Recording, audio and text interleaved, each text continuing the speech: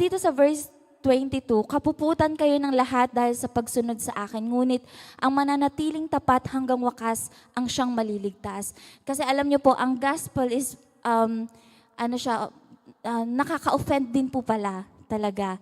Kasi pwedeng yung na-preacheran mo, yung tatay niya namatay, tapos hindi nakatanggap ng salvation, and marerealize niya na, oo nga, di ba, pwedeng yung tatay ko nasa, wala sa langit, gaya ng paniniwala ko noon. Parang ganun po. So, ano din siya na, yung pag nalaman mo pala yung katotohanan, grabing, ano po yun, pero, the truth will set you free. Amen. So, grabing ano po, pag ang katotohanan ay nalaman po natin. Amen. And, syempre, ayan, do not be afraid. Yun yung laging inaano po sa atin. And, mag-end po tayo dito sa verse 26 to 31. Sabi niya, kaya huwag kayong matakot sa kanila, walang natatago na di malalantat at walang nalilihim na di nabubunyag. Ang sinasabi ko sa inyo sa dilim ay ulitin ninyo sa liwanag, at ang ibinubulong sa inyo ay inyong ipagsigawan sa lansangan. Huwag ninyong katakutan ang pumapatay ng katawan, ngunit hindi naman nakakapatay ng kaluluwa.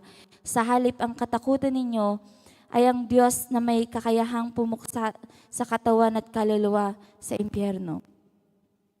Hindi ba't ipinagbibili sa halaga ng isang salaping tanso ang dalawang maya? Gayon din naman, kahit isa sa kanila ay hindi nauhulog sa lupa kung hindi kalooban ng inyong Ama. At kayo maging ang buhok ninyo ay bilang niyang lahat. Kaya huwag kayong matakot, higit kayong mahalaga kaysa maraming maya. So, naging reminder din po sa akin and sa atin ngayon ng Panginoon ito na mayroong mga iba't ibang klase ng takot po, di ba, na sinabi ni Pastor, takot, di ba, yung pag nasa building ka, syempre hindi ka naman tatalon kasi takot kang masaktan o mamatay, mga ganon. So, meron din yung takot na baka mapahiya or ma-discourage or ano. So, ito yung mga takot na dapat din natin, pero ang isa sa takot na kailangan natin din is yung fear of the Lord, yung takot sa ating Panginoon na hindi natin magawa yung greatest commission ng Lord, na habang nabubuhay tayo, di ba, dapat tayo ay nag-go, humahayo.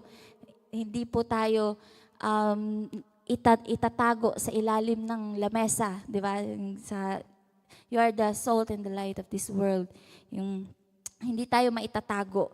Yan. So, makikita at makikita yung ilaw sa bawat isa sa atin. Kaya, yun lang po sa gabing ito. Amen. So, tayo po lahat ay magkaroon na ng group of prayer. Pero manalangin muna po tayo. Yes, Lord, thank you, Father, sa gabing ito, Panginoon. Tinataas ka po namin sa gabing ito at we pray sa aming pray one another, Panginoon, ay i-reveal mo ang mga dapat po naming ipanalangin, O God, sa gabing ito, at salamat sa lahat ng kasagutan na ito, Lord God. Salamat po sa pangalan ni Jesus. Amen.